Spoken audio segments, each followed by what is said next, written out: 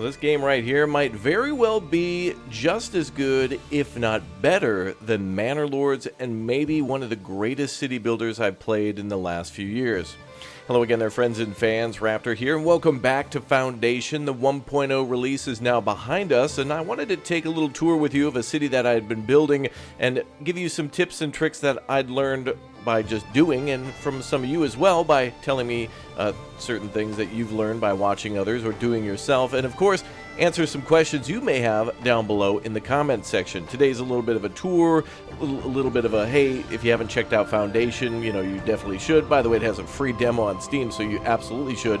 But I wanted to kind of hype this game up a little bit more because I really was blown away with how far the 1.0 was above the early access versions. So join me now as we jump back into a city we've been building in our live streams, and I wanted to give you a little tour and show you, some things that I had built and really talk about the comparisons to Foundation and some things that Manor Lords absolutely should do that Foundation does. And I really think that Foundation and Ostriv and Manor Lords and Anno 1800 and the new 11.7, there's so many great games that have come out and that are coming out soon to really look forward to. Farthest Frontier, yet another one. So anyway, let's jump into our city and let's figure out what's going on the streets.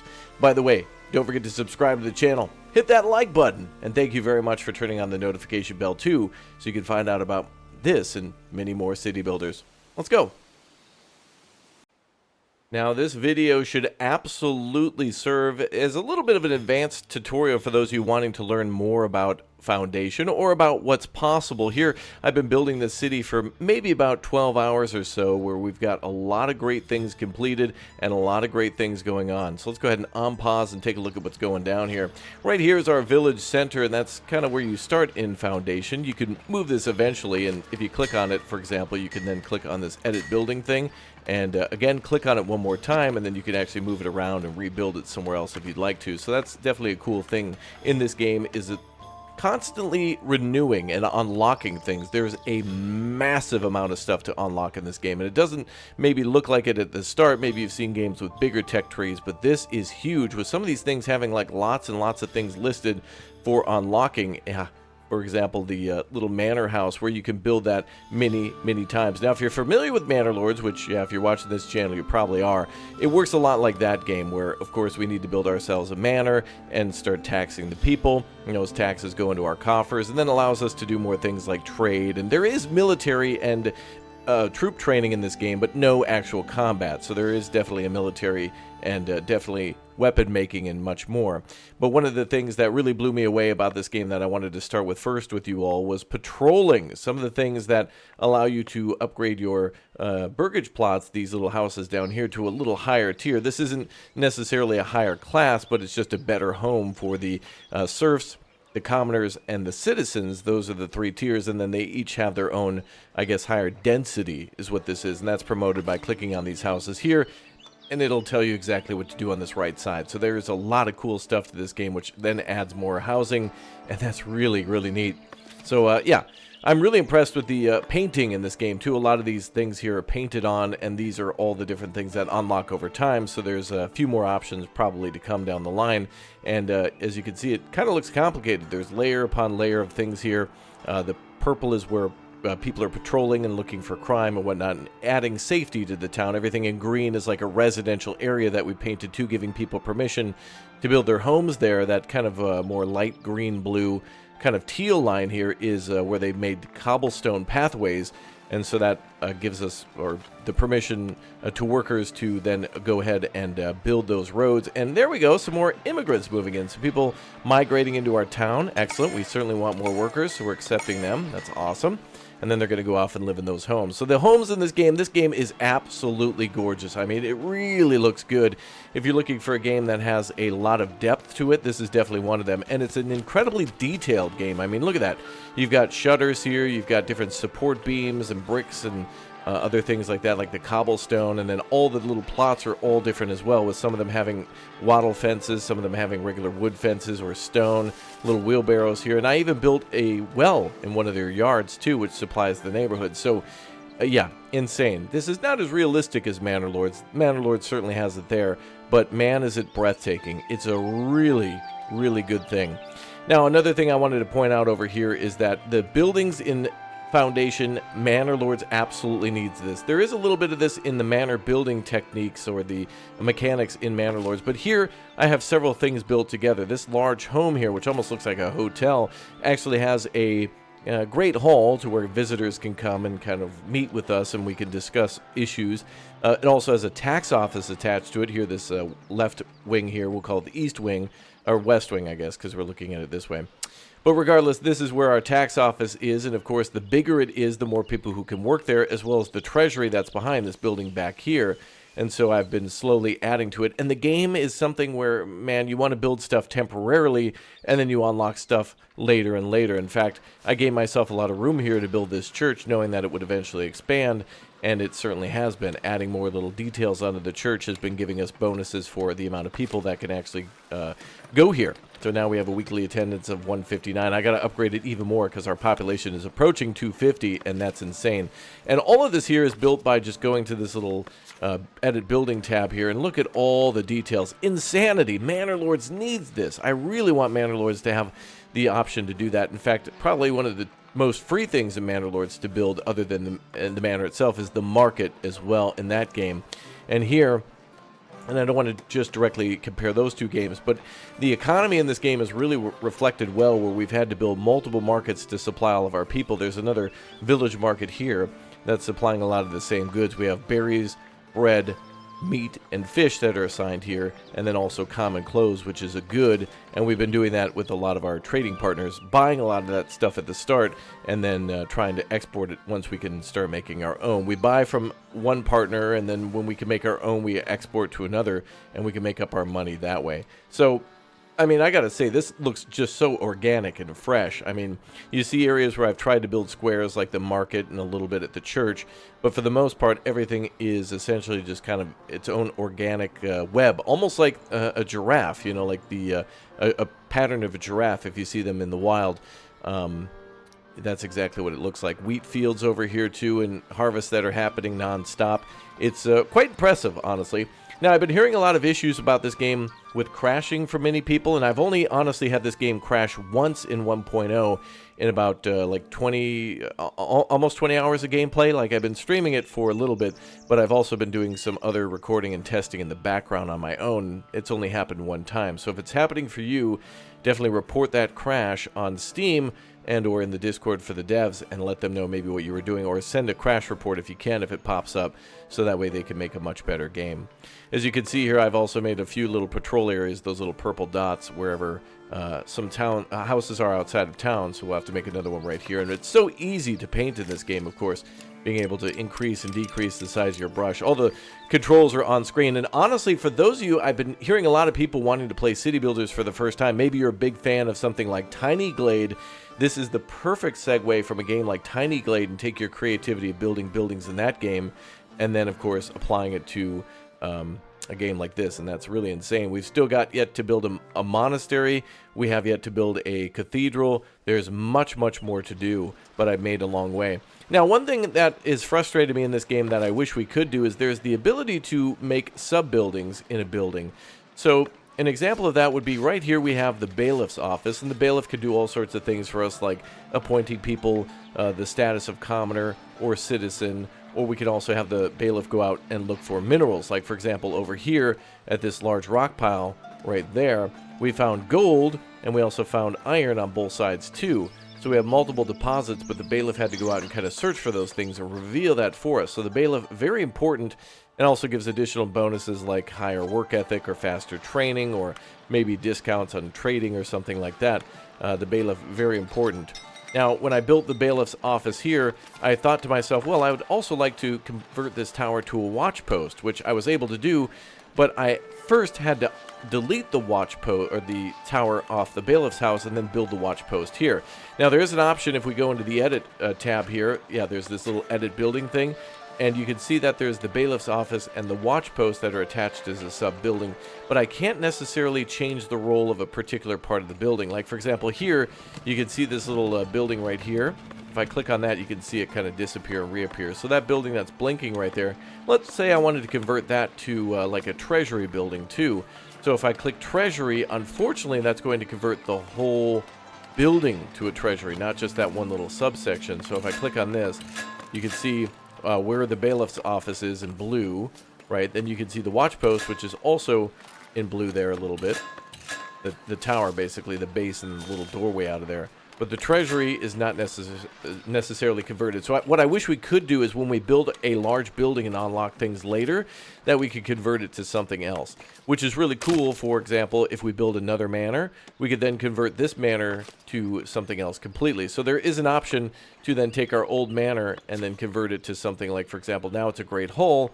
We could convert it to something completely different, like right here. You can see where it says the tax office, treasury, watch post even. We could convert it to any of those. So we could make this whole building a tax building when I then build our new manor.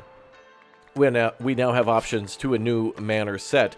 Like, for example, here if we go under, well, they won't let us do a great hall, but I could change this building to something else and then build another great hall with now different looking buildings. So now there's different styles to these. We used to be able to build with this, but now we've unlocked this with the brick foundation, which is perfect for the mountains and stuff and hillsides. So you're always constantly unlocking new cosmetics, which also have other bonuses too. That, for example, could have more of a capacity and a higher opportunity to earn us these influence points, right? These little coins that we can spend. So if we rebuilt the manor, it could be even more luxurious and then generate more splendor or more influence for us. So that's something that's going to then unlock even more things, such as the city market, where we then can have people go into a building and do their shopping rather than those little stalls. So it's something very, very amazing. So again, if you have any questions in this game so far, definitely go down below in the comment section and please ask a question, or let us know something that you've learned by playing this game or by watching others, so I and many other people can learn as well. I think this is an amazing game to get many people into things like, as I mentioned, Anno 1800, or maybe Manor Lords, or really just into Foundation. Maybe seeing this video makes you want to download the demo, and after the demo you have some questions before you get into it. But I think one of my favorite things, and what makes the demo of Foundation one of the best demos of all time, is that when you build a city in that game, if you buy the game, then you can continue immediately from where you left off in building your city in the demo and start playing it in the game. That's pretty damn cool. Another thing that I've continuously seeing here is the villager path blocked. You may have seen this pop up many times during this video, and it happens frequently. And what I'm being told by some people is that it's not necessarily that their path to their workplace is blocked, but that they're actually blocking somebody else from working. So, for example, here at this gold smelter, we have two people working here, and you can see that one person is already smelting the gold there. They're making little gold ingots out of it. And if the other worker shows up to work here, somebody's already kind of working the smelter. So apparently there's no other job. Even though there's two people assigned to this building, they're like alternating working the smelter. When you'd imagine that maybe if this person's smelting the gold, maybe they could be like stocking coal or something like that, or grabbing gold, or somebody could be transporting, but that's not necessarily the case. So more tweaking is needed from the devs, and that feedback will be important, but it does seem to be the same case here at the iron smelter. So it looks like smelting has it so that way one person does the smelting, but there could be two people assigned to it. So an interesting thing to take into account. So yeah, as for, again, building your own mine, remember you have to then have a bailiff come and look at these resources, and then you can edit a building and then add your own quarry to it. So you can put it within these little notches here. You have to look for it, but it's like a little white circle kind of hidden there. And then you can start mining iron that way, or gold, or other things like that. I've also been gathering rubies by mining gold, and so I need to make myself a jeweler too, but it's a building that's a little more expensive than what it would be to sell jewelry if I was to start selling it. There's a lot of great items in this game. I'm really impressed with the amount of things here. Vegetables, wax, and honey are things that are made at the monastery, and that monastery is a massive building. We're talking about something that's like a huge structure. That this is monastery buildings here. This is just the dorms for the monks too, by the way, so it's insane.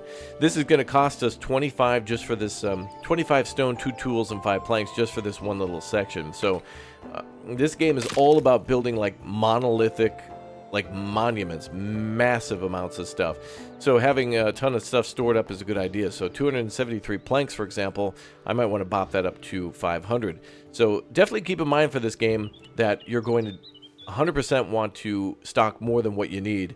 And remember, there's always these awesome little upgrades for buildings where they can be made even better, like how it is in City Skylines or SimCity 2013, where once you unlock these little upgrades, you can then add additional like storage areas to a building.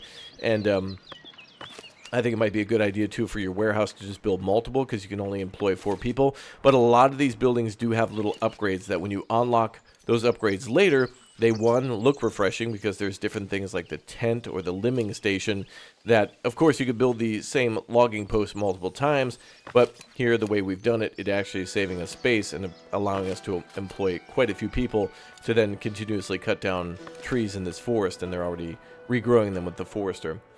One thing that I had in mind that I wanted to share with you, too, just a moment ago, is an amazing beautification system this game has.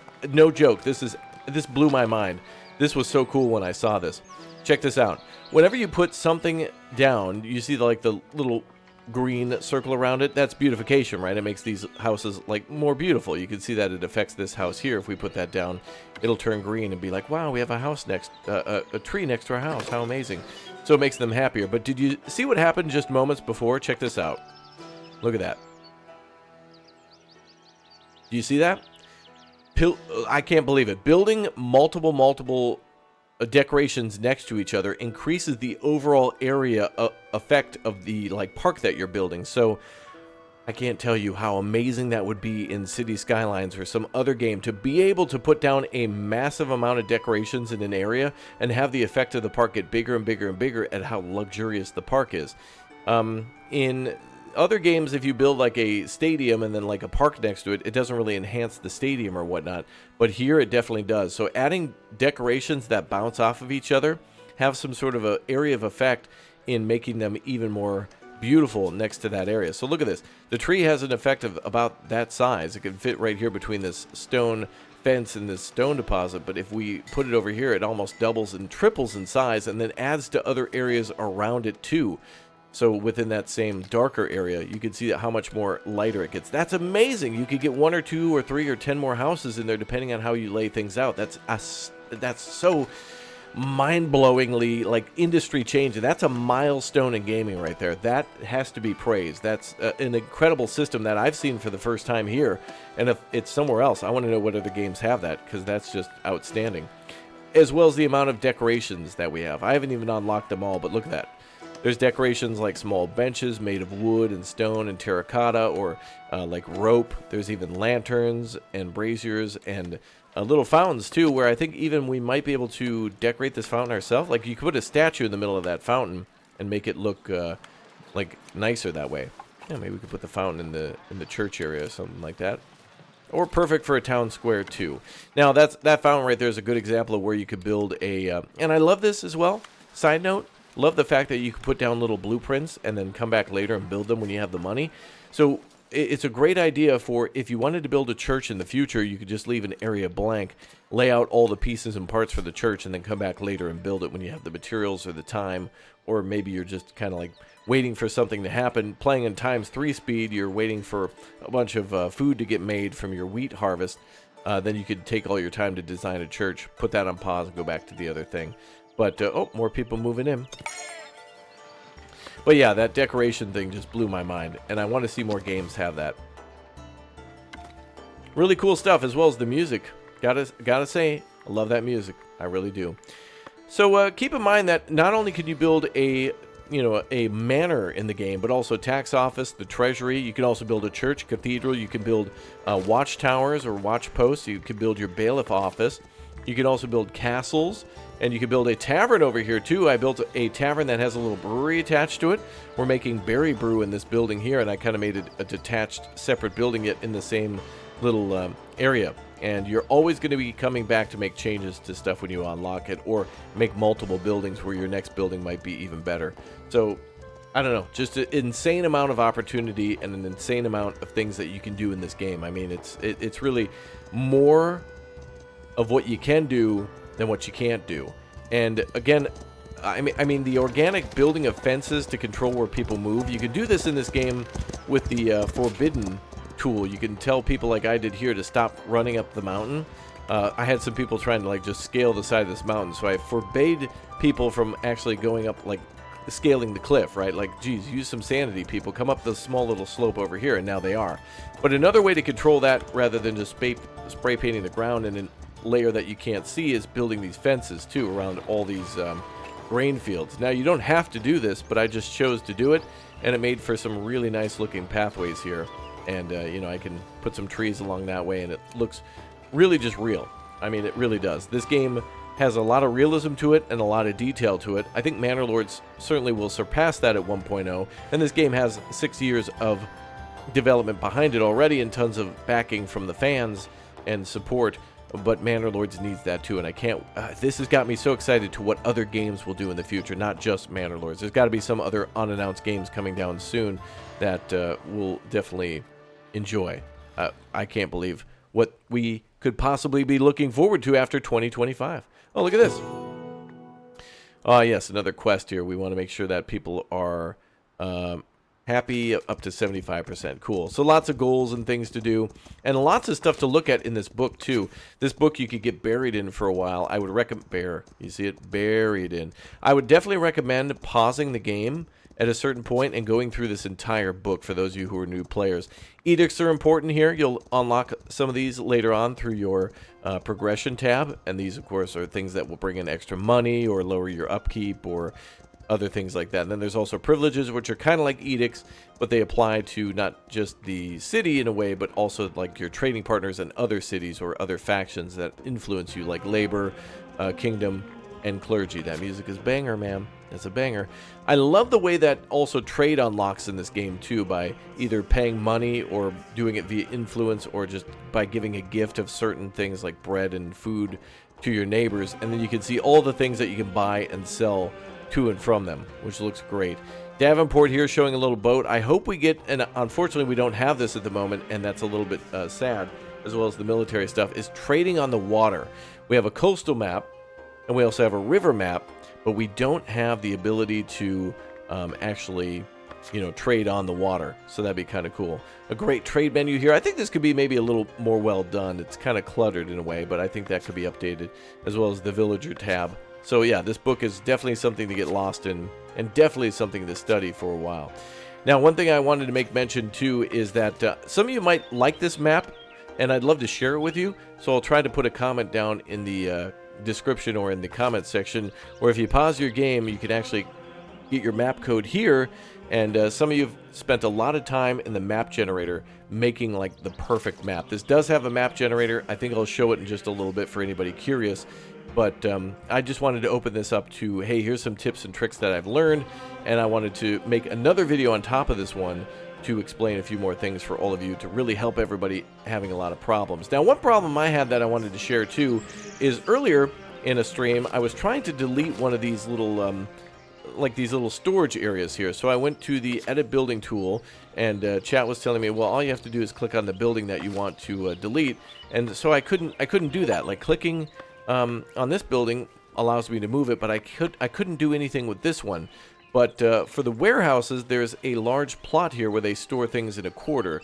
Like, for example, it's cut down the middle, like the Windows symbol. And so here we could store, like, cloth, common wares, tools, and common clothes. But I didn't want to store as many. I wanted to delete one of these to build this granary here, which is storing berry brew for our trade partners. Well, what we had to do, lo and behold, is actually click on a structure here. So if I click on that, like a little piece of wood, then it'll work. So clicking in the middle of the blank lot does not select that for either of these. What we have to do is actually click on a structure that's been built. So like here, now I can actually modify that and or delete it like I wanted to before. So keep in mind, the little tip is that if you're having trouble deleting things, definitely remember that you can actually click on, you know, a physical structure. Click on something made of wood or stone, and you'll essentially find out what you're looking for. Now, going back to what I was mentioning earlier with these watch posts, just because I think of it and I saw the watchtower there, you have to hire people to watch in the towers. You see the watchman right there looking over, you know, the houses and things like that. But also patrols. You need people to go around walking around with like these spears here, making sure everything's in order. And they actually bring like peace to the town. These little things fill up again. They start to think of it like water. They come around and like refill the tank. And if people don't see the police for a while, they get a little worried. So the patrols kind of create a sense of safety, and the watchtowers do the same thing too. It provides a little fortification. And one thing that I didn't know until a little later was that the gold smelters require a little security too. Yeah, it's gold, right? So you need somebody watching over it. So you got to build a tower there to provide some sort of a like local police presence over your mining operations. So very cool. So I did want to show you also the difference between some tier 1 and tier 2 buildings. You know, here's your tier 1 burgage plot. This one's missing something. Looks like I'm not sure. Oh, patrol coverage. A patrol hasn't come around here, so we got to definitely make sure this building's painted. Looks like he's just out of the loop there. Perfect. So then they can be upgraded to these tier 2 burgage plots, which look insanely good. And then, of course, we can do the same with these houses for commoners. And you can see, I think this is a tier 1 here, the 1-story. And then there's the tier 2, the 2-story. So making some really great improvements in this game, and just a plethora, literal plethora of things that you can do over what you can't do. And it's just like, if you want to try to do it, if you want to build a castle that goes right on the side of the cliff, you can absolutely do that. You can build bridges in this game that go over dry land. So if we had, like, for example, another plateau over here, we could have built a bridge across the whole town like a viaduct, and built bridges out of stone or wood to connect both sides. And then, of course, train our troops in our more fortified fortress, that kind of thing. Lots of wall options in this game, too. Walls can be built out of many different materials. One thing to note, too, by the way, this might be a glitch in the game, is that it looks like wooden fences, wattle fences, you know, those are made of wood. They show logs down there. That's required to make those. Stone fence, of course, requires stone. But for the city fence and the elegant fence, it doesn't show any resource. This must be a free fence. But no, it's not. It actually takes polished stone like this here to be able to build. So it took a while for me to build the church because I didn't know that, since it didn't say this. So there's a little discrepancy there, a little inconsistency for that. So, but yeah, I love building fences in this game. And this blew me away. Check this out. This is Game of the Year territory for me that they thought of this. Check this out. All right, watch this. All right, you ready? Okay, I'm going to do a little magic trick here. I need everybody to pay attention. Just watch. Okay, so just see what happens when I do this. Just watch. Hold on a second. Before we go any further, did you just skip to the middle of this video, viewer? Did you just skip 80% of this video to get to this point? And you missed out on all those helpful tips and tricks earlier? You get right back to the beginning of the video, mister, and you go watch the whole thing, because there's a lot of cool stuff, and I want to make sure you don't miss any of it, honestly, because I want to make sure everybody knows what's going on. And definitely feel welcome to ask questions and get some answers too. All right, check this out. I'm going to hit this button, right? Watch this magic trick. You see what's happening? Do you know why this is so good? It changes the orientation of the fence on whether or not it's faced one way or the other. I can't tell you how cool that is. Imagine if facing away from us, like over here, was a wheat field, and you wanted to, you know, you built your fence like this, and you're like, oh damn, I got to relay the whole thing out again. No, you don't. You can just put it like that, and it looks realistic and cool, like it's trying to keep people out rather than keep people in. And that's just amazing. Not to mention, of course, you can build your pathway in many different ways. Not your pathway, but your fences. You know, you can click and connect to different areas. You can redesign them. You can either make them square like this, 90 degree, and telling the game that you want to do like a 90 degree like that, or you could do the kind of more of the advanced curve mode, which does require you to build a fence first, then click on it on the post, then go into the curve mode. Could be a little better if you want to switch this for a new fence, that is. And then you can make a nice curved fence too. So circular fences, 90 degree fences, 45, whatever you want. It's all possible here. And then if you goof things up and you don't like something, you just basically delete it, and it's super easy to do. Click that shovel there to delete. Outstanding. Now, I have a 1.0 celebration release video on Steam and also this channel. It's kind of the same video, me playing the same gameplay. So it's such an honor to be on the store page for this game, because the devs, there are a lot of people playing this game, and they reached out and they wanted me to make their video. I think it has something to do with the voice. I don't know. I present in a radio format, and I think people are impressed by that. I don't know. No, enough of that. All I'm saying is that there's an incredible community who play this game, and it's not just people creating content. There's also just insane people who spend a weekend and upload a screenshot of a beautiful city or a lavish palace or monastery that they build, and then they pop it up on Twitter or something like that. But there's also a ton of other creators making some just insanely beautiful farms and maps, and again, like re-rolling to make sure they get the perfect layout. This game's system for doing a map generator is like, it should be a standard. Some of the things we've seen here today should be standard in future city builders that try to be organic, and or maybe not, but still there needs to be more map generators in the game. It has to happen. A lot of people are also asking about multiplayer too, and I don't think a game like this could get multiplayer, but maybe one day in the future it will. All right, let's jump over to the map generator. Again, if you have any more questions, these are just some things that came to mind when I was streaming, and I wanted to be helpful to people asking questions. But please ask questions down below, and I'll make a future tutorial video that goes beyond some of the 1.0 easy day one stuff. There's a lot of cool little ways to get started in this game, and I would definitely recommend any of you who have questions too, make sure you start a new game and play with the assistance onboarding on, and it'll give you a ton of these little advice things that you can follow, giving you goals to then better play the game and understand its mechanics. I don't know everything yet. I played over almost 200 hours of this game over the last 6 years, and yeah, I'm still no expert, especially with all the new stuff. But let's check out that map editor. It's so good. The map generator is fine. It's good.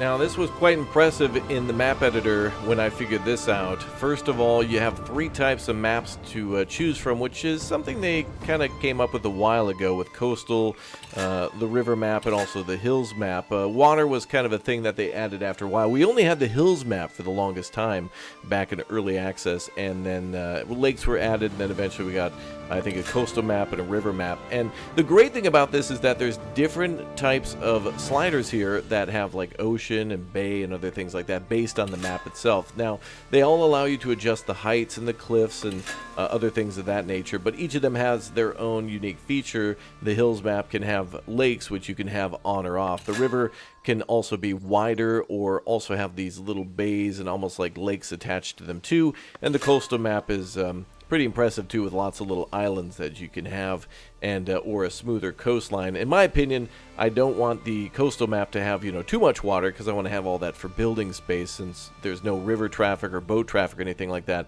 But going through them all, really the coolest thing here is to be able to see things in real time. I'm reminded of how the map editor used to work in a lot of other games like SimCity 3000 and 2000 and such, and more recently like how it is in Farthest Frontier, although you got to load into that one each and every time. We need to have more games that give us real-time control like this. This is insane. This is like a major selling point for me in this game, where it's like a lot of people want to see the game being played where we're putting down buildings and seeing people walking around and trade happening, but this to me is amazing. The fact that we can kind of turn all these down right to 0 and just have a bland old regular river here, and then just continuously randomize the seed is amazing. That's really cool. You can see it updating here down in the lower left corner, and then you can save these too and share them with a friend. So if you make the ultimate map and want to share with a friend, you can totally do that. So what you can do then is find something like this, like a beautiful winding map, and then as you make adjustments to it, it pretty much saves the same map type, right? Like the river hasn't really changed much in its direction. You can still see the original line there, but as we add to it, then we can have lakes added to that as well, and you can see how it changes things based on where we add new stuff. So in no time we can have a map that looks relatively similar yet very different too, and if we wanted to, we also can build a large hill nearby to put our fortress on. And I really wish we could build more than just one. I think there should be a way to have multiple hills, so maybe you can have a monastery on one, a castle on the other. There might be a way to do that where you could actually get it on some other hill. But basically what we could do here, and this is the same for all the other maps, is edit it in real time, and then we can go into it and you can select all your rooms. These game modes and stuff are very important, and we'll go over some of these a little bit later. For the most part, I'd say playing casual or classic for the time being, and then on your relax and play on your own. But there are other goals and things to focus on in the game. We're going to ignore a lot of this stuff now, but I think the map creation stuff and the city creator, where you make your own logo and coat of arms and other things like that, is just really cool. But I wanted to load in here and then show you something that blew my mind. Now, when we go into this map, let's just say it was pretty close to being perfect. It's almost our favorite map, but there's something wrong with it.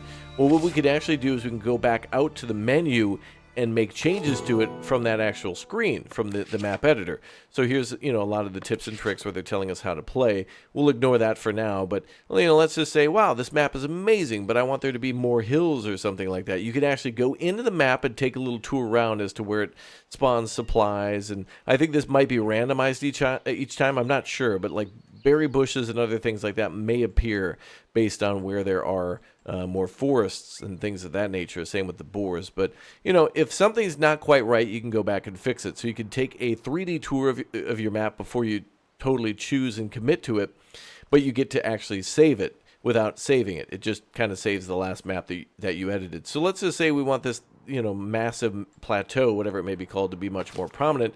Well, if we go back to the main menu, and if we quit this, it jumps back in like a second or two. We go to a new game, and it actually saves that map. Like it's the same as before. So if we wanted to have this thing be much more larger, have even more slopes and hills because it didn't look too hilly, and maybe more cliffs and maybe less islands, we could do that. And then we can also add, let's say, more water, more lakes and water. And then we can go through all this again. And it seems to also save all the previous settings that you did for your coat of arms and other stuff like that. I love the fact that we can load in and then just jump back to the editor like that, and it doesn't choose something else that's been randomized. That is just another new standard for me. This game has set so many new must-haves. It's insane. I really love it. So now things look a little different, don't they? The river is a little different. The mountains are a little bit more... Yeah, this actually is more like what Foundation used to look like. There was massive hills all the time. And, wow, look at this. It's like we're in Switzerland or something. We got lakes at one elevation, rivers at the other. Unfortunately, no streams or little rivers going down to that. So hopefully they'll be updated in the future to have that. But still, very cool and a very vibrant and good-looking game. And, again, if this isn't quite right, you could change things. And even look at this. Trees different at different elevations. We have... like some fir trees and pine trees up here at that elevation, and kind of more oak and elm and other trees, and even some mixed to at different elevations. So very, very cool.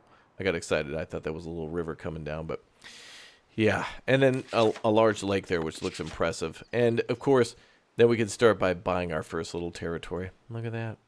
Amazing. What a game, man. What a game. All right, well, that's going to be all for our first second look tutorial. I don't know what I want to call this video yet, but I just wanted to talk more about Foundation and try to open up the door for people's comments on the game, your opinion on the game, your thoughts on my city, things that I could improve, or things that you want to know, or things that you think would be important to share with others. Because Foundation certainly is a great way for many people to come on together to build something amazing with suggestions and feedback, and people sharing their designs on their own channels and things like that. It's a good time. It's a very cozy game, a chill game, yet with a lot of detail and a lot of heart that you could put into it. It's not like Tiny Glade where it's just, full laid back, and it's not Farthest Frontier or Manor Lords with the fear of constant death and starvation. In fact, I don't even think you can fail in this game. I'm not sure, but I think you can go into massive debt.